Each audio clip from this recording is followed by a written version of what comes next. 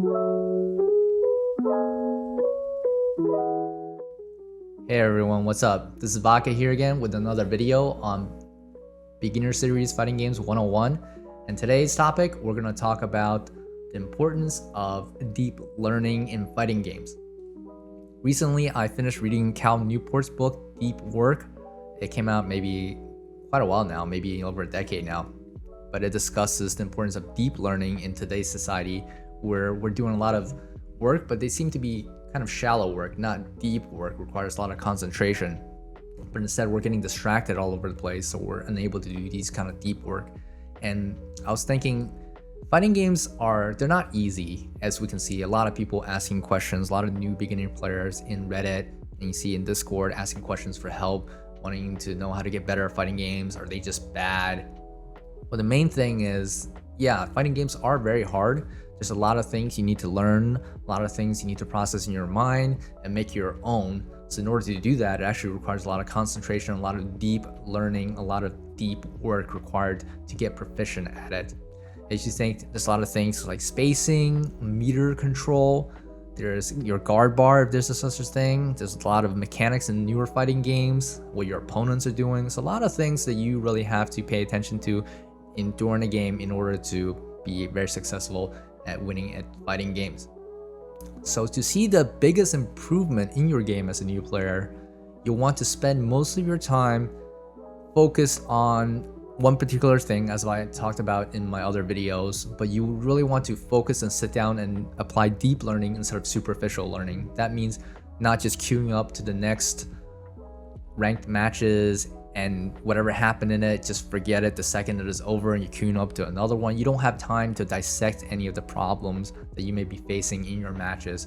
And so if you lose a bunch, you really have nothing to go on. You don't, well, I just lost a bunch, I'm bad. Why are fighting games so hard? That is what the conclusion naturally sometimes comes down to. They don't have a structure to apply to help them actually learn and get better at them. The first thing I want to say that you probably want to do is, if you want to start doing more deep work, is to get rid of your distractions, put away the social media, your phones, and actually schedule some time for yourself to sit down and practice one particular thing. Something might be easy, simple as before I said, doing a special move on your stick, or maybe doing a particular combo. Just set aside some time, doesn't have to be a lot. Maybe like 10-15 minutes. The important thing is that you do it consistently. Maybe every day is probably good. Just do it every day and you will see improvements.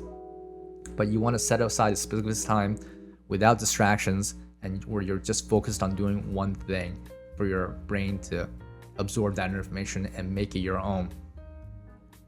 What I like to do is also, maybe during when I'm playing an actual match or during the day, maybe something just comes into my head and I'll just write something down, jot it down into a note, like a notepad or something I want to practice, a particular situation that I want to know, that I want to lab out.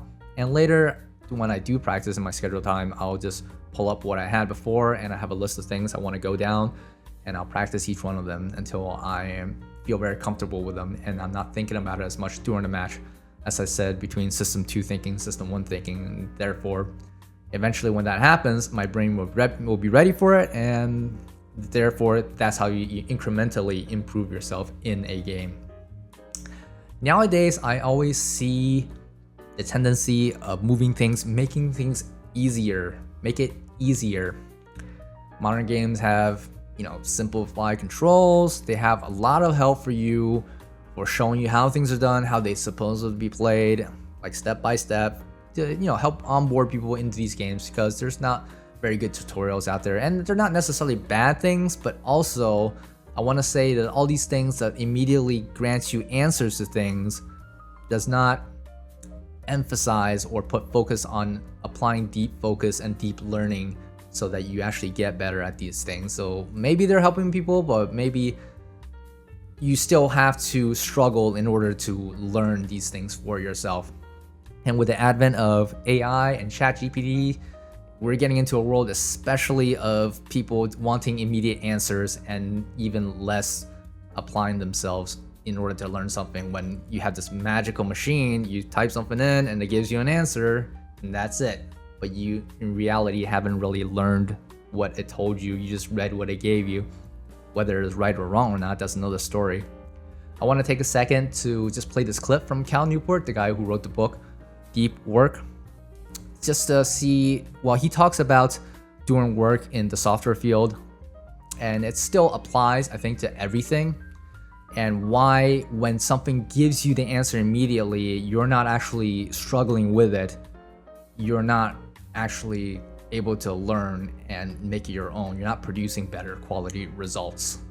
They are using collaboration with AI to reduce the amount of intensity of focus they have to experience. To get those breaks, you produce it, I'll look at it. It's easier for me to try to debug what you did that was broken than it is for me to have to produce it from scratch. It's easier for me to have these nice breaks while I'm waiting for the AI model to generate the code I'm going to look at, which can take a little while. We know this, Jesse, because we get this question all the time now. What should I do while waiting for the AI model to produce my code? Like we only put it on the show like once, but we get this question a lot. So that gives you a break. So it makes the experience more pleasant. There's actually, the authors of this say this somewhere in the study, that it was a more pleasant experience for the programmers because you get all these breaks. You don't have to be locked in when you're just looking at the blank coding page.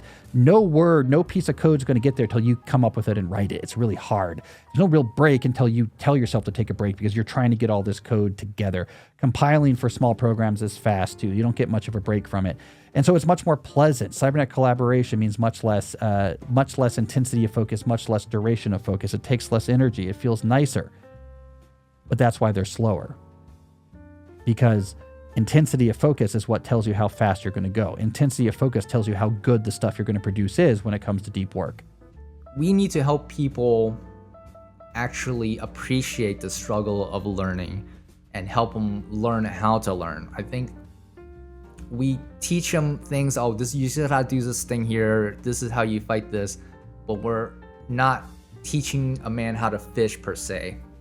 You want to help people learn how to learn and be okay with the struggle of difficult things.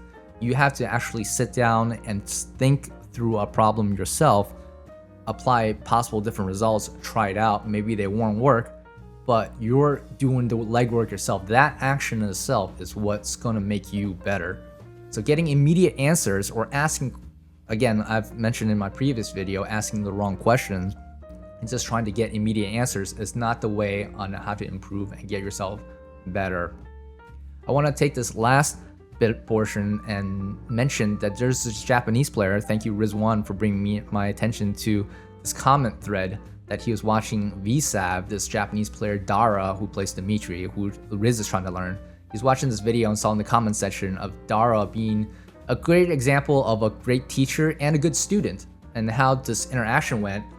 And ultimately, you can see that this person who had a question for Dara went and did the work, and Dara helped him do the work in order to learn something and apply it for himself. You see this person, TKN Jin, was asking Dara how to do the dash demon with Dimitri. I translated it automatically with Google Translate. I assume that people can't really read the Japanese, and my Japanese is not good enough to read all of it myself. But anyways, we can just see, we get the idea what they're talking about. So Dara immediately says, thank you for the question, but instead of answering his question right away, he poses another question to the person asking the question. It's like, how are you doing it? Do you even know how to do it? Do you think you know how to do it? The guy comes back, and the guy he prompted the guy to go back and think about it. How are you doing it? The guy comes back with a response, and then he says, well, is that correct? Is that the way to do it? And again, instead of just giving him the answer and saying, no, that's wrong, Dara asks this other person to go back again to do some more homework. He asks him 2 more questions, which is actually great. I need to take some of these lessons on how to actually teach somebody. Instead of just telling them answers, start prompting them to do the homework themselves and just think for themselves. So he gives them a couple of questions. Can you do the dash? Can you do the cradle from what you've told me? Now I'm going to ask you questions based on what you answered for the previous question. The guy, again, he's forced to go back to reevaluate what he was saying, try it out on his own, and then now he understands a little bit more about the inputs and the requirements for while to do this difficult execution. So finally, when Dara sees that, all right, this guy, he's understanding it now. Now I can get to the next level of my explanation. I can actually tell him exactly why something works and something doesn't work, and here's how you do it. Now the guy can connect the dots in his mind because he did the other work beforehand. If you just told him the stuff, he probably would have a difficult time connecting that, or he wouldn't even need to do that.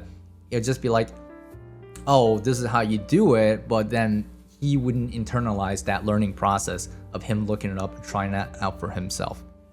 And finally, Dara gives the answer and how to do it quickly. The guy goes back again. You can see he went back to lab it out. Now he's getting it I assume he's getting it now. And he's very grateful for this. So this whole back and forth conversation is very, very, very good teacher and student demonstration of how to ask questions and how to learn in the process of learning. Finally, to sum it up, the things to do to help you with deep learning and getting better at fighting games. Number 1, avoid distractions. Number 2, sit down, really think about your problem. Do your homework. Think about the situations and really apply yourself why things are happening or why certain things are difficult. And then you can go back and ask the right questions. And when you're asking the direct questions exactly how it is and you've done the homework, then you can reapply that learning and you will get much better results in the sense of how well you retain that information and how well you are improving. I hope this video has helped you guys. Let me know in the comments if it's helpful, and please share this video with somebody if you think it'll be helpful to them in their process of learning fighting games. Also hit that like and subscribe notification bells to my channel if you haven't already. And I try to do a video once a week on here if I have time. I know it's difficult. I gotta sit down and actually again apply a lot of work instead of just typing in the ChatGPT, what should I talk about? I have to think about what I want to talk about and break down the bullet points and actually rehearse and do these kind of videos. And you watching it and sharing it and give me feedback really gives me motivation to make more videos like this. Thank you guys for watching, and I'll see you guys in the next video.